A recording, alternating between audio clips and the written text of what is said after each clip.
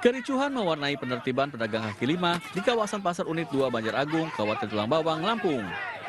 Kericuhan terjadi saat Wakil Bupati Tulang Bawang, Hankam Hasan, meminta sejumlah pedagang yang berjualan di bahu jalan dan area parkir untuk pindah ke dalam area pasar. Pedagang yang menolak direlokasi ke dalam pasar mengamuk hingga terlibat cekcok dan nyaris adu jotos. Penertiban dilakukan karena pedagang kaki lima dianggap mengganggu kenyamanan lantaran berjualan di bahu jalan.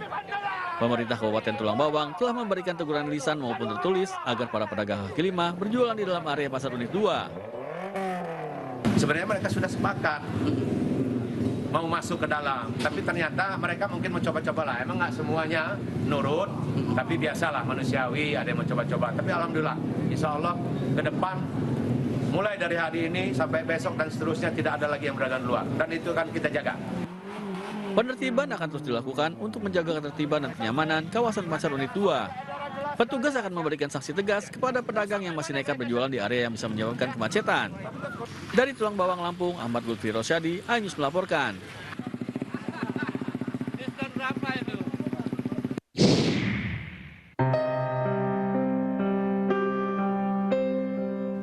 Pemimpin umat Katolik sekaligus Kepala Negara Vatikan Paus Fransiskus meninggal dunia di Vatikan, Roma pada pukul 7:35 Senin pagi waktu setempat. Paus Fransiskus mengembuskan nafas terakhir pada usia 88 tahun. Sebelumnya Paus sempat dirawat pada Februari 2025 lalu karena menderita penyakit pneumonia ganda. Dalam momen terakhirnya, Paus sempat hadir di akhir acara Misa Paskah di Vatikan. Meski tidak memimpin ibadah Misa Paskah, namun Paus hadir untuk menyapa umat Katolik dan memberikan berkat dan pesan 2 kali dalam 1 tahun yang dikenal sebagai Urbi et Orbi atau kepada kota dan dunia.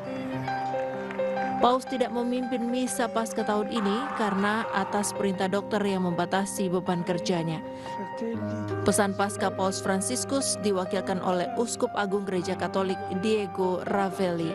Dalam pesan tersebut, Paus menyoroti konflik berlanjut antara Israel dan Palestina. Ia menyebut situasi di Gaza dramatis dan menyedihkan dan menyerukan perdamaian untuk menghentikan perang di Gaza serta membebaskan seluruh sandera. Semasa hidupnya, Paus dikenal sebagai sosok yang sederhana namun penuh makna. Ia menolak hal-hal yang eksklusif termasuk fasilitas mewah dan berlebihan. Alih-alih tinggal di Istana Vatikan sebagai kediaman resmi Paus, beliau memilih tinggal di Casa Santa Marta atau rumah singgah para kardinal saat pemilihan Paus. Ia juga sering mengundang masyarakat kurang mampu di hari ulang tahunnya. Saat berkunjung ke Indonesia, Paus lebih memilih menggunakan kendaraan minibus biasa, padahal mobil mewah sudah disiapkan oleh pemerintah Indonesia.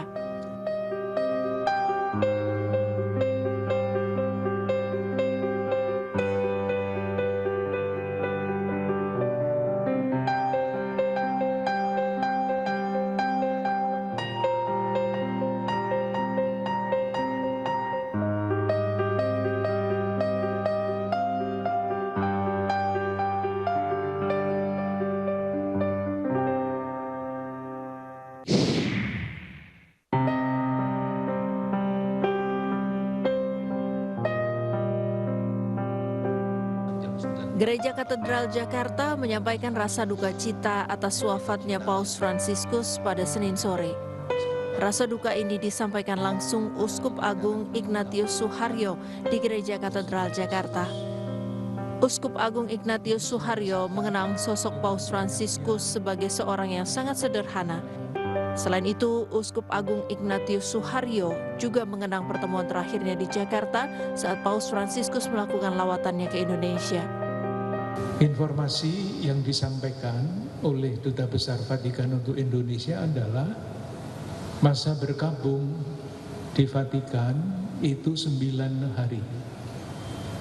Jadi 9 hari sejak hari ini baru akan dilaksanakan pemakaman. Sementara itu pemilihan Paus yang baru itu mesti dilaksanakan 15 hari sesudah Paus meninggal. Sementara Konferensi Wali Gereja Indonesia KWI menyebut Paus Fransiskus dikenal sebagai pemimpin yang sederhana dan peduli terhadap kemiskinan, lingkungan, serta kaum disabilitas. Dan saya kira bangsa Indonesia yang pernah dikunjungi oleh Paus Fransiskus pada tanggal 3 sampai 6 September yang lalu sungguh ikut berduka cita. Bismillahirrahmanirrahim. Assalamualaikum warahmatullahi wabarakatuh. Presiden Republik Indonesia Prabowo Subianto menyampaikan rasa bela sungkawa atas wafatnya Paus Fransiskus. Prabowo mengatakan dunia kehilangan sosok panutan dalam upaya-upaya mendorong perdamaian, kemanusiaan, serta persaudaraan.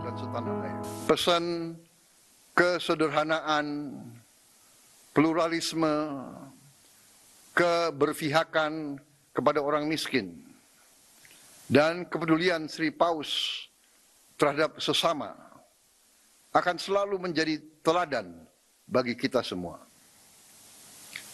Selamat jalan Sri Paus.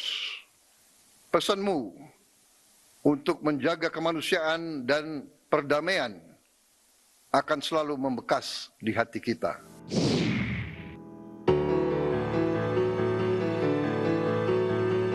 Pemerintah melalui Menteri Agama, Nasaruddin Umar, menyampaikan duka mendalam atas wafatnya pemimpin tertinggi umat Katolik, Paus Fransiskus. Mendak sampaikan jasa dan persahabatan Paus kepada Indonesia tak akan terlupakan. Saya Nasaruddin Umar, Menteri Agama Republik Indonesia, juga Imam Besar Masjid Istiqlal Jakarta, mengucapkan duka yang sedalam-dalamnya atas wafatnya Yang Mulia Paus Fransiskus. Tentu jasa dan persahabatan beliau tidak bisa kita lupakan. Baru saja telah mengunjungi Indonesia, termasuk mengunjungi Masjid Istiqlal dan memberikan pernyataan bersama yang sangat mengglobal. Baru saja dipanggil oleh Tuhan Yang Maha Kuasa.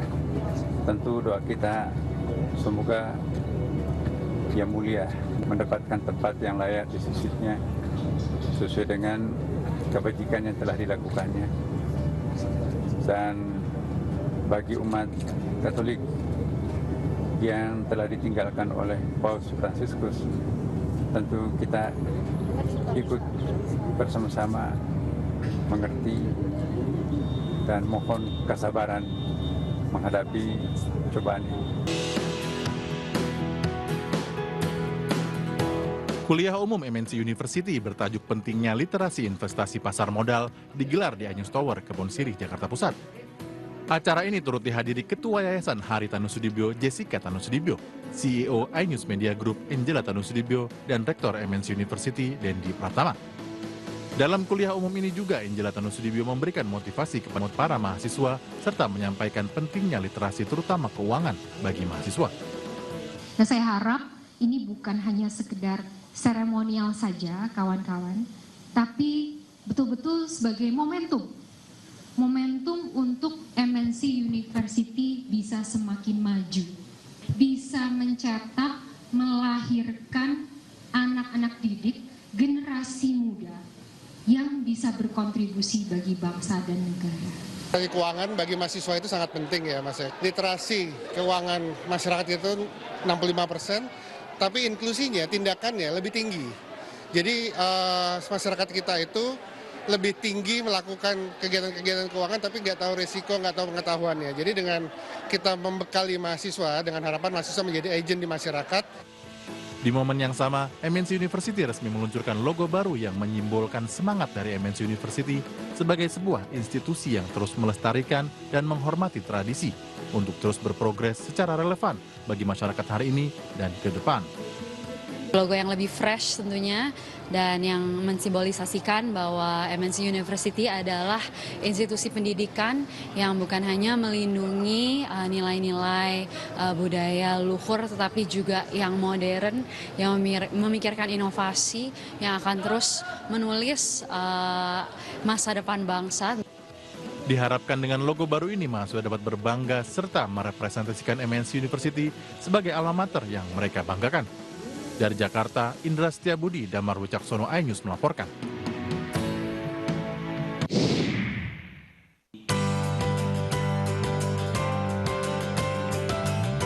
Sejak pagi, Mahoni Ballroom Lido Lake Resort Bogor, Jawa Barat telah ramai oleh calon pasien operasi katarak gratis yang menunggu antrian untuk diperiksa.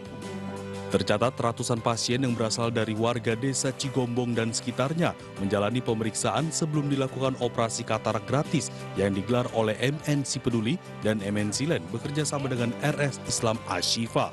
Tujuannya adalah memberantas kebutaan disebabkan karena katarak, supaya semua masyarakat mengerti bahwa kebutaan disebabkan karena katarak, khususnya bisa disembuhkan. Kita harapkan dengan adanya kegiatan ini, masyarakat dapat terbantu dari akses kesehatan, terutama untuk pemeriksaan katarak. Kita ketahui bahwa lebih dari 80% gangguan penglihatan di Indonesia adalah akibat katarak. Pemeriksaan operasi katarak gratis ini mendapatkan sambutan yang luar biasa dan apresiasi dari warga serta pemerintahan setempat karena sangat membantu masyarakat kecil di wilayah pedesaan. Alhamdulillah, memang kita ya bahagia. Apalagi kita misalkan sengaja kita periksa kemana-mana, perlu waktu, perlu biaya istilahnya ya. Apalagi ada yang antar. Saya kan rumahnya dekat Pak, dari hotel tinggal naik ke atas. Terima kasih banyak ke pihak MNC Peduli dan juga MNC Lido dan juga yang kerjasama dengan Rumah Sakit Ashifa Sukabumi yang pada hari ini melaksanakan kegiatan pemeriksaan katarak yang dimana kegiatan ini sangat bermanfaat.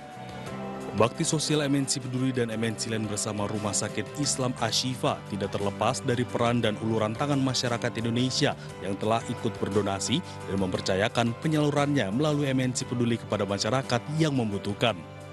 Dari Bogor, Jawa Barat, Andi Firmansyah, iNews melaporkan.